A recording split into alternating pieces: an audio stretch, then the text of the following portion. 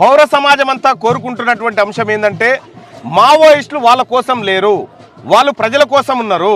ఆ ప్రజల కోసం పనిచేస్తున్నటువంటి వాళ్ళ మీద ఒక నిర్బంధ కాండ పెట్టడం కేంద్ర ప్రభుత్వానికి తగదు. దీన్ని తెలంగాణ బీసీ జేఏసీగా మేమందరం ఖండిస్తూ ఉన్నాం.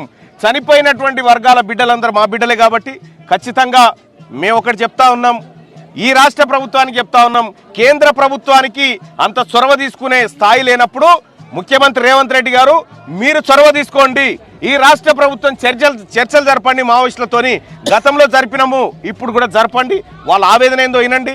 ఆ గతంలో నక్సలైట్ ఎజెండానే మా ఎజెండా అని చెప్పినటువంటి బీఆర్ఎస్ పార్టీ ఈ అంశంలో కూడా చొరవ తీసుకోవాలి. అఖిల పక్షం అంతా కూర్చొని పౌర సమాజంతో కూర్చొని మావోయిస్టులతో చర్చలు జరిపి ఈ ప్రజలకు ఏం కావాలని వాళ్ళు కోరుకుంటా ఉన్నారు.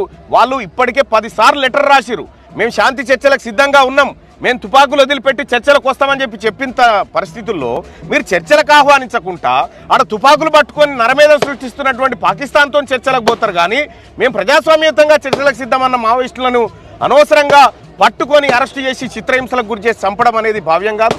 ఇది 100% ఖండిస్తా ఉన్నాం. ఈ బూటకపు ఎన్కౌంటర్లు ఆపాలి.